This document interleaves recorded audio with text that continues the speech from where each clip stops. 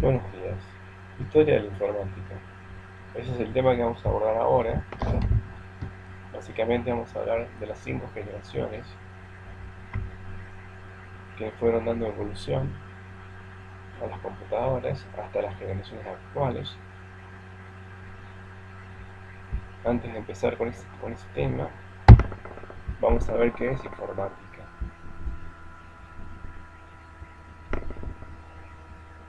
Informática surge como la combinación de dos palabras: información automática. Entonces, si decimos que informática es el estudio entonces de métodos, procesos y técnicas con el fin de almacenar y poder procesar y transmitir información y datos en formato digital.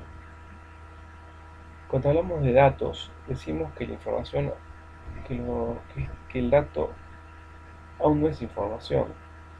Una vez que ese dato es procesado, transmitido y utilizado con un fin específico, pasa a ser información. Luego es automática porque esa información no está en formato de papel, sino está en un formato digital, ¿sí? Almacenado en algún medio físico y procesado en mi computadora. Si bien el Abaco no es una máquina de cálculo, no es una computadora, podemos decir que es la primera máquina de cálculo que se utilizó, la cual me permitía realizar operaciones básicas, matemáticas, en forma mecánica. Así fue como comenzó, digamos, el concepto de informática.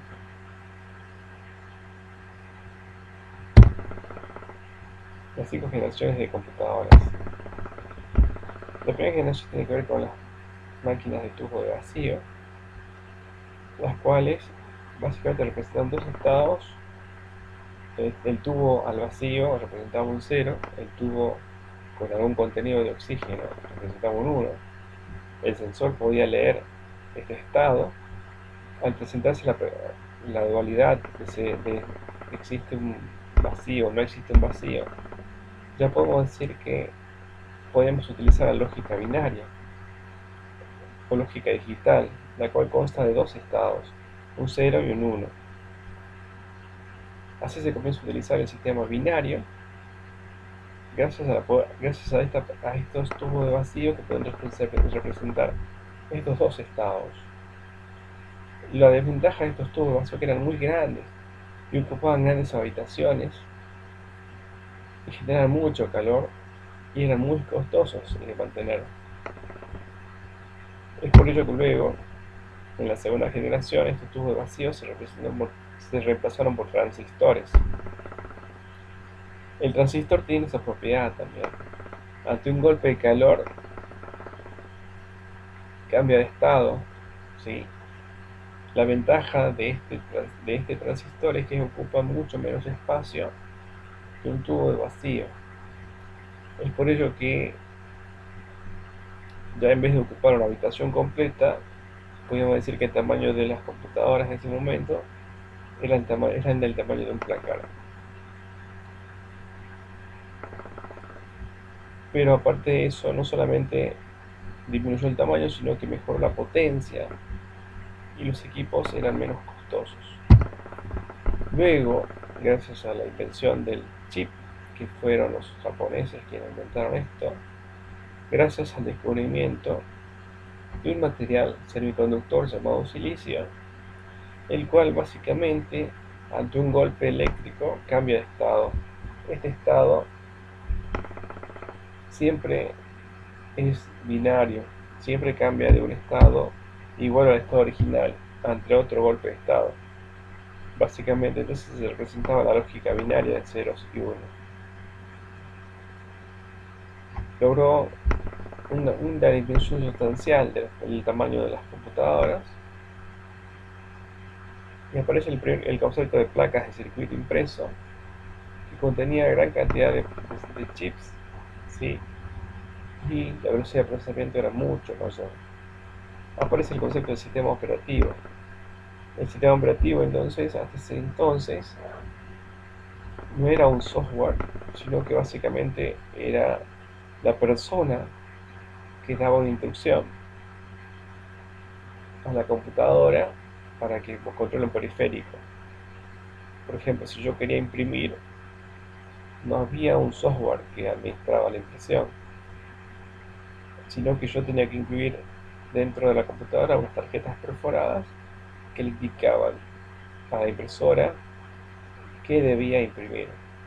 Esto llevaba tiempo y era muy costoso y muy difícil de trabajar. No era adaptable, no era manejable, era rígido. Es por ello que el nacimiento de los sistemas operativos permitió un gran avance en este aspecto, haciendo que la parte dura del hardware sea transparente para el usuario, haciendo más amigable el uso de la computadora, permitiendo de esta forma el avance sustancial de los sistemas operativos debido a su gran utilidad.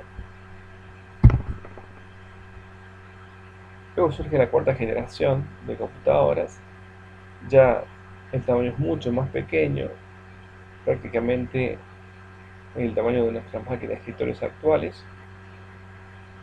Fue un gran desafío para la industria el lograr el concepto de microprocesador, el cual básicamente acuña el concepto de unidad central de procesamiento, en la cual se realizan todas las operaciones aritméticas y de control necesarias para que el procesamiento sea efectivo y rápido, sin descontar aún que el aumento de la capacidad de cálculo fue sustancial y la reducción del tamaño de las máquinas también, así como el costo. Ya a partir de esta generación se hizo accesible tener una computadora en el hogar, porque su costo bajó bastante. Por último, en la quinta generación ya nacen las computadoras actuales, en donde podemos decir que se introduce el concepto de multimedia, en donde las computadoras ya dejan de ser una máquina de cálculo y comienzan a ser una máquina orientada a la diversión, al hogar, ¿sí? con la implementación de multimedia, que tiene que ver con sonidos, videos, colores, y también surge el concepto de una nueva generación de procesadores que se integran millones de transistores en un solo chip, logrando velocidades por arriba de los millones de ciclos o operaciones de cálculo por segundo. Esta medida se conoce como megahertz. Actualmente, la tecnología que manejamos hoy en día se transmitió a miles de dispositivos que, que pueden ocupar la palma de nuestras manos, o más pequeños aún. Llámense los celulares, las tabletas, notebooks. Ya son portátiles, no es necesario, digamos, estar conectados a la fuente eléctrica. Trabajan con baterías, trabajan con procesadores muy pequeños, y sin embargo logran velocidades muy rápidas y una alta efectividad. Esta es nuestra tecnología actual, y la tecnología de las computadoras sigue avanzando a pasos abismales, lo cual es importante que nosotros adquiramos este conocimiento para que nos podamos desenvolver en el mundo actual, que básicamente necesita la informática para todas las actividades cotidianas. Bueno, hasta acá sigue el primer video del tema 1. Espero que les haya gustado. Cualquier duda me la dejan en el foro. Muchas gracias y buenos días.